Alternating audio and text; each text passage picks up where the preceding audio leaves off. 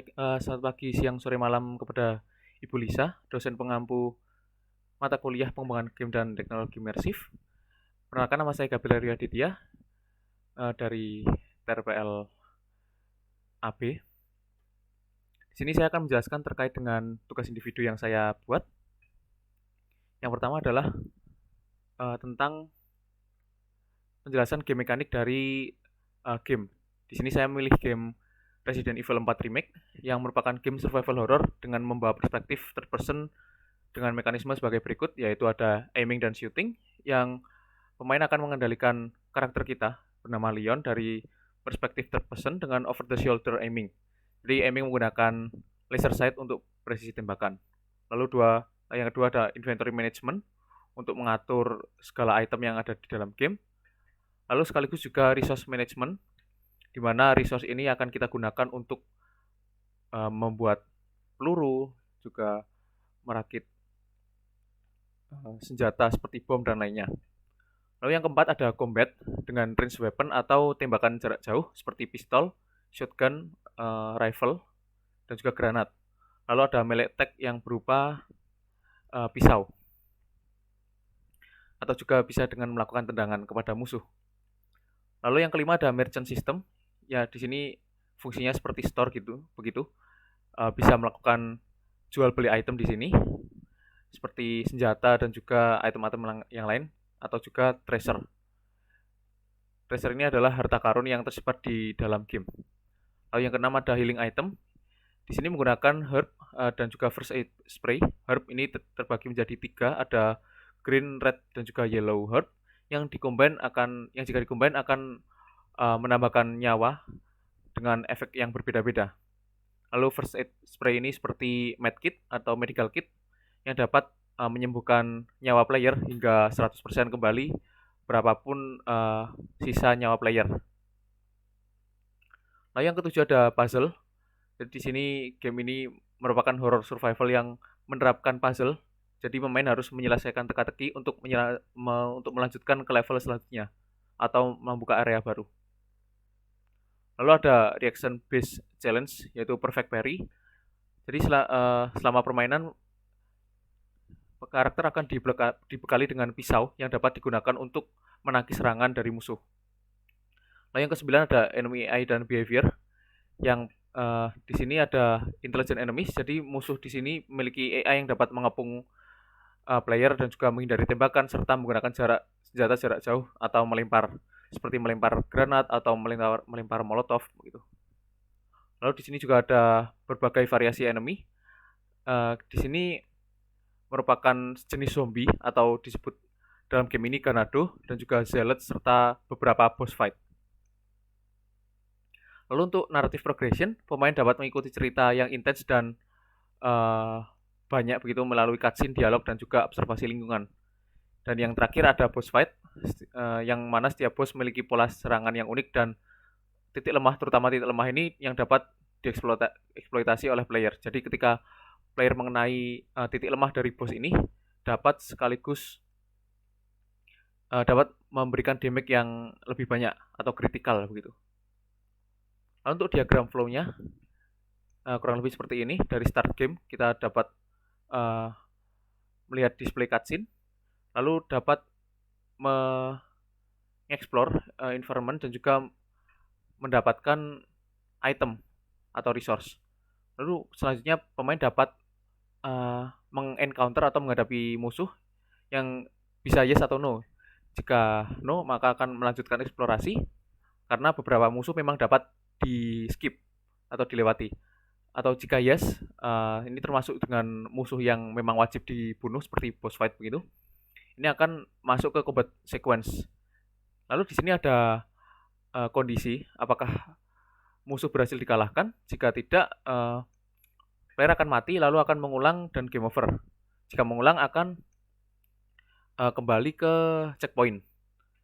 Lalu di sini ada jika enemy mati atau musuh mati, maka akan mendapatkan reward. Lalu pemain dapat melanjutkan untuk menyelesaikan puzzle dan mendapatkan save point. Lalu jika saat mendapatkan checkpoint save begitu, kadang terdapat boss fight. Jika melawan boss fight ini player mati, maka akan mengulang atau game over dan mengulang ini dari checkpoint. Lalu jika bosnya mati, akan memprogress story dan juga end level atau selection. Dan jika sudah sampai ke final boss, maka akan sampai ke end game atau cerita berakhir, game berakhir. Kurang lebih seperti itu untuk tugas yang pertama. Lalu untuk tugas yang kedua yaitu di sini ada beberapa UI atau physical interface. Di sini physical interface-nya menggunakan mouse dan keyboard dan juga bisa menggunakan joystick. Lalu di sini ada visual interface aktif yang bisa diinteraksi oleh player, yang mana di sini yang pertama ada main menu. Jadi untuk main menu sendiri terdapat beberapa menu lagi, yaitu ada main story untuk memainkan game sesuai dengan jalan cerita, lalu bonus untuk menampilkan item yang terdapat dalam game, option untuk mengatur bagaimana jalannya game mulai dari tampilan, grafik, dan volume dan lainnya. Lalu online store untuk mengakses online marketplace dari developer game ini, yaitu Capcom, dan lalu exit untuk keluar dari game. Lalu di sini inventory system berupa attach case atau koper.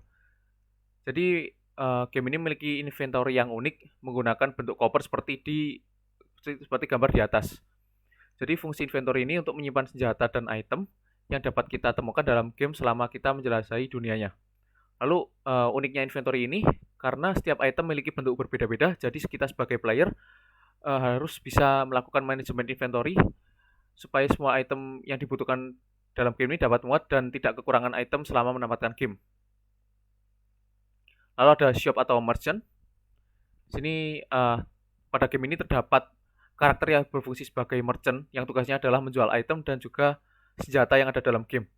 Pada gambar di atas adalah tampilan dari merchant tersebut. Jadi di sini terdapat harga, lalu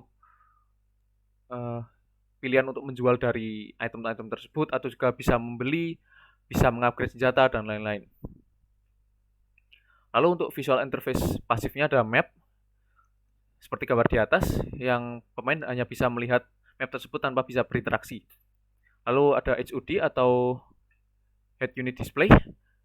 Ya, HUD di game ini sangat minimalis, yang hanya terdapat di pojok kanan ini, yang menampilkan informasi berupa senjata yang digunakan, ini apa, lalu jumlah pelurunya, dan juga nyawa dari player. Lalu di sini juga ada logo pisau yang merupakan indikator seberapa damage yang telah diterima oleh pisau tersebut. Jika rusak nanti bisa diperbaiki di merchant tadi. Lalu untuk metode savingnya, game ini mengadaptasi bentuk typewriter atau mesin tik yang tersebar di beberapa area dalam game. Jadi misal di dalam game tersebut kita menemukan typewriter, kita bisa berinteraksi, lalu akan muncul save game manual seperti ini, yang save game slotnya 20, sebanyak 20, jadi kita bisa menyimpan 20 save game yang masing-masing save game tersebut bisa kita load dan player dapat menuju ke tempat di mana game tersebut di save sewaktu-waktu. Jadi untuk metodenya ada 3 save game seperti yang sudah dijelaskan. Lalu ada auto save jika kita memasuki area baru atau kita melakukan boss fight gitu, akan terdapat auto save atau menyimpan secara otomatis. Lalu cloud save secara otomatis jika terhubung dengan store game secara online seperti Steam. Lalu ini adalah menu flow-nya. Dari start kita masuk ke cutscene atau gameplay. Lalu terdapat pilihan untuk terdapat menu untuk show inventory. Jadi di inventory screen-nya ada armor dan aksesoris, weapon, dan juga kayak key item. Lalu di map screen-nya terdapat map dan juga objective tracker. Lalu untuk post menu, di sini ada option dan juga exit game. Yang terakhir, game perspektif dan kamera. Jadi game ini menggunakan perspektif third person over the shoulder, yang berarti kamera berada pada bagian belakang player dan berada di atas bahu karakter. Jadi kita sebagai playernya hanya bisa melihat karakter dari belakang, seperti bisa dilihat pada gambar di atas. Oke, mungkin itu saja presentasi yang dapat saya sampaikan. Jika ada kekurangan mohon maaf dan terima kasih.